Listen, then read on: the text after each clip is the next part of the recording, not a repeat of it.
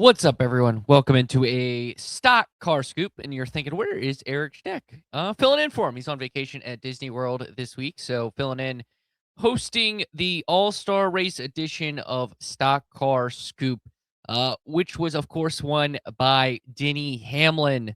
Yes, the driver of the number 11 gets, I believe, his third win in a row at Dover in a dominant effort by him in this one. Just a dominant night for one and only good old Dennis Hamlin as he wins at Dover. Chase Briscoe second, followed by Eric Jones, Austin Dillon, Connor Zilic, and Austin Cindric to round out the group there.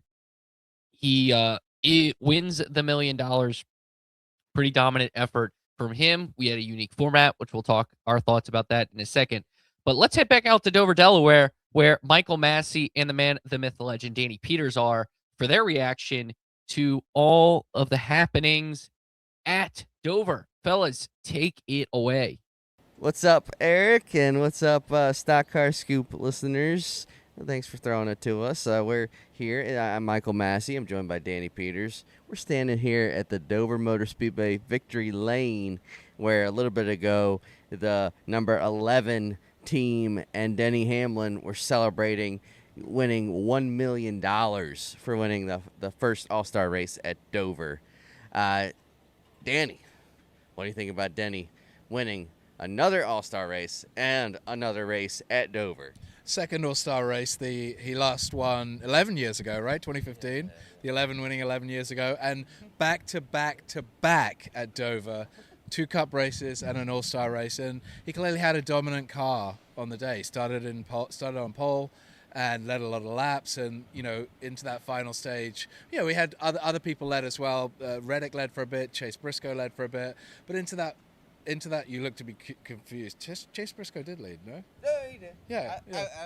You look to be confused. No. I was totaling in my mind how many times Denny has won at Dover now. Total. Back to back, but how many is it Total of 4. He's won here 3 times. Yeah. 3 Cup races and an All-Star race, a total of 4. Okay. Because the thing I got lost on, the thing that annoys me is that, we talk about Jimmy Johnson's won here 11 times. Richard Petty's won here 7 times. This would have been Denny's 4th official, but doesn't count. Right. So I think it annoys him too. But he had a strong car all day, and he chased down Briscoe after the final restart was about 55 laps to go, and he chased down Briscoe, worked him over, and drove away to a pretty clear-cut victory. Yeah, and it looked like Briscoe had it at one point, but Denny just, like you said, he just tracked him down. Good duel there between 2 teammates. But they were the class of the field. Like, those 2 were the class of the field. Reddick as well, and then he had a problem late. Yeah. But there were some other guys that had some really good runs. Maybe they weren't as good as Denny, Briscoe, and Reddick, but Eric Jones, top 5. Connor Zilic, top 5. What were your thoughts on those guys and anyone else that stuck out? Yeah, I mean, I think you spoke to Connor on pit road, and also his crew chief Randall Burnett, and I think Connor was just really pleased that he had, that's 3 weeks in a row he's had a strong car, and Texas, Watkins Glen, and here, but maybe not without the results at those other 2 tracks. But today he put it all together and got the result, and he had a pit road penalty, not his fault. His pit crew had equipment leaving the pit stall. But he rallied back, and at that last caution he had made it all the way to second, and the question is, did he have anything for the 11 and the 19? He thought perhaps not. His crew chief thought perhaps. But either way, his best finish in his 16 starts at the Cup level, and, a good morale booster for him. And I think a good springboard for the rest of the season for the talented rookie driver. Yeah, I think we're going to look back and say, this is the when after he's won his championship, his Cup championship, and won a bunch of races, maybe this weekend was the weekend it clicked for Connor Zilic. Like that. Yeah, and learn to come back from adversity, which is a key thing about being a Cup driver as well, Yeah, for sure. I mean, like, Denny has done it plenty of times. Briscoe's had to do it plenty of times. That's why these guys are like the best of the best, because they keep their head down, they work hard. Eric Jones was pretty funny because I asked him, if they had taken his 43 car, just plopped it in front of the 11 and 19, would he have had a shot? And he was like, nah. But there were times where he was like he could trade laps with them. Sometimes he was faster than them, but he said he burned his tires up trying to keep pace with them. So it's just great speed from that Legacy 43, but they're gonna have to hit another gear to catch up to those Joe Gibbs racing cars. Another good finish was Gregson. Noah Gregson, yes. Yeah, 10th place for him. He's had a 9th place finish at Talladega, and I think an 11th place finish at Daytona, if I'm remembering that rightly. But this is a good finish on a bread and butter track. So good finish for him in 10th place. We tried to speak to him afterwards, but weren't able to. Trying to think who else had a good finish. That's pretty. Austin Dillon got a top 5 as well. So yeah, good result for him. RCR showing some speed. Michael McDowell top 10. Just a lot of underdogs. And you know why there were a lot of underdogs? Why were there a lot of underdogs? Michael Massie from Richmond, Virginia. There were a lot of wrecks. We had some key contenders wreck out of this thing. Danny, I feel like you had the best view in this whole track of Ryan Preece. Yeah, so I was up on the media center, which is just on the outside of turn 1.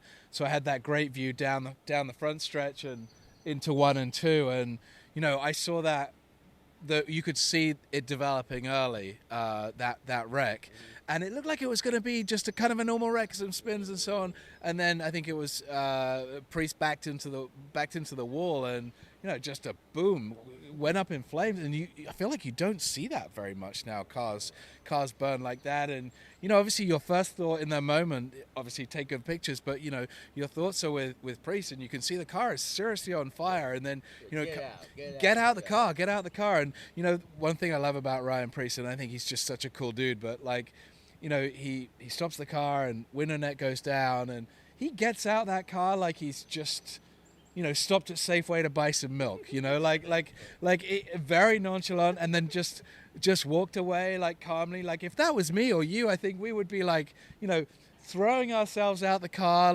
running away from it, rolling, crying, screaming, but great that he was okay, but a vicious hit and a vicious wreck, and a kind of wreck I feel we don't see so much of nowadays with these safer cars.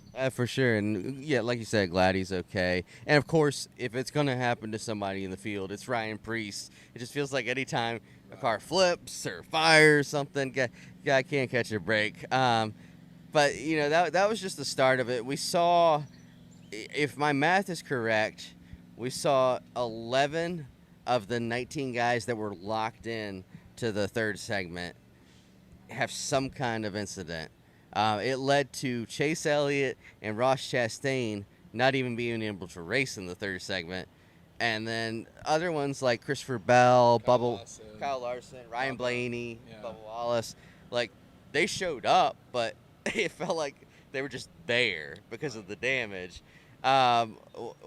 I'll ask you, why do you think there was so much chaos? Is there anything we could put our finger on why there were so many wrecks in this race? I mean, wrecks beget wrecks, right? So that to some extent, but I just think it's a different kind of race today. There's only one result that matters. That's win the race, win $1 million, and it doesn't really matter whether you finish second or third. And we've talked about morale boosting, but it does no points, right? It's win or nothing. So I wonder if some of that played into it. But this is a really difficult track to get around, and there's no margin for error. And we saw 2 or 3 of the wrecks were in turn 1, and it's a tough track. It's a tough track to pass. It's a tough track, period. And perhaps that had something to do with it as well. What do you think? Well, I think, yes, it is a difficult track. You're right on all those accounts. And I like that. NASCAR should be hard. It should be a struggle for these, especially the cup level. It should be a struggle for these drivers to get around here. And I think that was certainly the case. And just guys going hard for, like you said, it's not points racing. They could be a little more aggressive.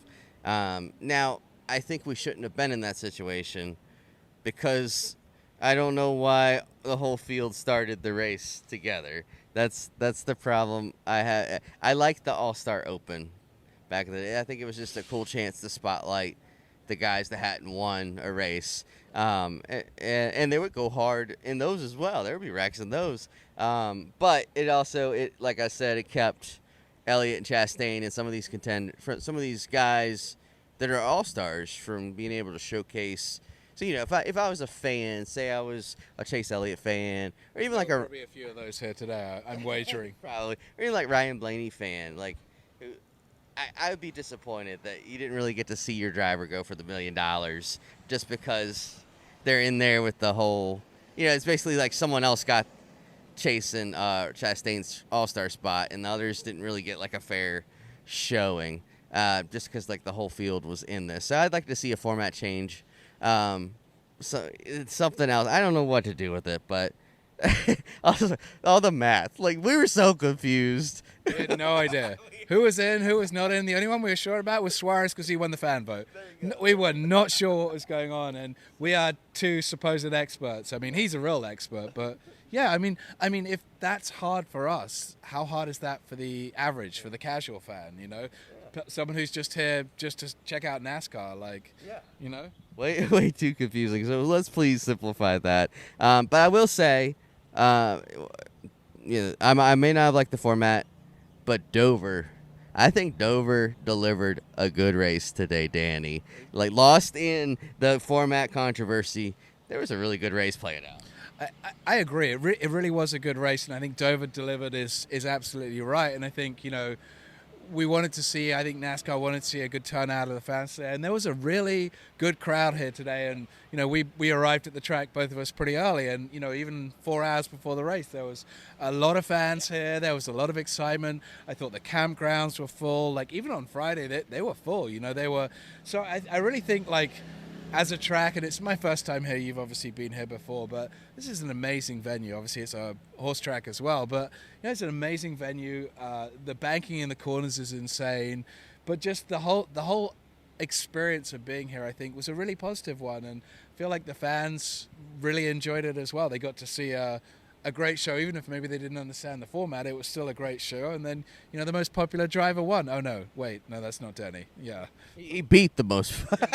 he beat all your favorite drivers, I think. But yeah, I mean, I hope it comes back here to Dover. I hope Dover gets a points race back again. It's gone from two a year to 1 a year to the All-Star race, and I hope next year it gets a chance to get its points race back, because I think it deserves it. It's a good venue. It's an important part of the country for NASCAR, and the fans showed up today and spoke what they thought of the track by being here. Exactly. Well said. Let's rotate that All-Star race. Give Dover a points race next year. But man, this has been such a fun weekend. I can't believe it's over already. You should check out all our content on Frontstretch.com and the Frontstretch YouTube page. Eric, we'll quit yapping. We'll get out of here. Back to you, Eric. Thanks so much, Massie and Danny there. Yeah, Danny, great ideas there, fellas. But yeah, Denny Hamlin, I should say, got it done. He was able to get the victory over his Joe Gibbs Racing teammate, passing him with 29 laps remaining to claim the $1 million check. He went on to win, by little less than a second over his teammate in the 200-lap final segment. Let's start with the format of the race. Well, the format obviously had all the cars on the track for the first 2 segments. The first segment opened up with just a big pileup, including Chase Elliott, Kyle Larson, Ryan Blaney, all involved in accidents early before the finish of the race. I think it was kind of interesting to watch, especially with Larson and Blaney being part of that wreck so early in the race. They had this like sub story throughout where you had the crews working on the cars, and it was a great conversation like Fox had with Kyle Larson about it, where he's like, they are just it's an arts and craft project here for the 5 team. It was a great way to put things together and everything to go along with it. But again, Bubba Wallace ended up winning that first stage, or if you want to call it segment, whatever you want to call it. But unfortunately, he gets caught up in a wreck in segment 2 that kind of derailed his day from there. And also, Tyler Reddick won segment 2, if I'm not there. So they're calling them segments. I wanted to call them stages, but they're segments. Reddick was good there, but I think the best car overall was Denny Hamlin. He ultimately won the race. I think this was an important performance for Chase Briscoe as well. Hamlin led 103 laps, and 61 were led by Briscoe. They all but led 36 laps of that final stage. Obviously, there was a green flag pit stops in there as well. But ultimately Denny Hamlin is just so good at Dover, and it was a showcase for him. I think Denny really got it done and had a really, really clean performance there. As for the format, I am mixed about it. I miss the old school format. I think you needed to go back to an All-Star Open and an All-Star race itself. I think we had ended up having like 6 guys by a formula make it. Daniel Suarez gets the fan vote, so they could have that key number, and that was only because. So I guess they were limited on the people they were going to wreck. 19 were locked in, and then a couple drivers dropped out because they wrecked in the first 2 segments, so they were able to add extra numbers. It got really complicated. They were trying to explain it on the broadcast in the second segment. It just really didn't make sense to me. I really wasn't a fan of it. They had the all-star caution at lap 75. Wasn't for that as well. Ultimately put, I am not a fan. I think doing a traditional format, I think going back to Charlotte should be the move. It appears this is not the swan song for Dover, as I feared. There was a great crowd there today. Mike Joy mentioned on the broadcast that he talked to Marcus Smith and said this was not the end for Dover, which again I think is a really good thing. Shout out to that. I think Dover. I think the racing itself was good. You had multiple lanes. You did have passing. You did have some mayhem. You did have drivers on the edge. I think the race itself, the format kind of killed the vibe of the race. I think you had a traditional 400 laps around Dover. This would have been a really good race and a really good product with this car. So I lean towards the format kind of messing it up. And I do, I do like the fact that the pit crew is so involved in the qualifying part of this. Keep that. I think some of my favorite qualifying was watching, obviously, back in the day, the Charlotte qualifying where they come down pit road as fast as possible. But overall, the format, just not a big fan of it. Especially Dover, when you had you go from the full field to 26 in the last segment, and it's only 200 laps. I think you need a more traditional all-star format. I do give them credit for trying something there as well. As for a couple highlights, I do want to highlight 2 guys in particular with really good performances. And I know this is the all-star race, but the fact that Eric Jones and Connor Zilisch both got in the top 5 were really good. Eric Jones had a really fast car at one point. Zilisch had a really good car and was contending with Hamlin before a caution and a pit road penalty that kind of derailed his day, but he was able to recover for a top 5 finish. But it kind of showed the talent that Connor Zilisch has. Obviously, he won in the Xfinity Series, and I think he also won in the ARCA Series at Dover, and it showed his ability there. So you have to give credit to Connor Zilisch with a much-needed performance that kind of boost him up. Well, we move now, and then let's end it with, of course, a salute to Fox. This ends Fox's broadcast of the season. I guess most NASCAR fans are excited about that, but the booth of Mike Joy, Kevin Harvick, and Clint Boyer will sign off the season and pivot over to Prime, where, of course, Adam Alexander, Steve Letarte, and Dale Jr.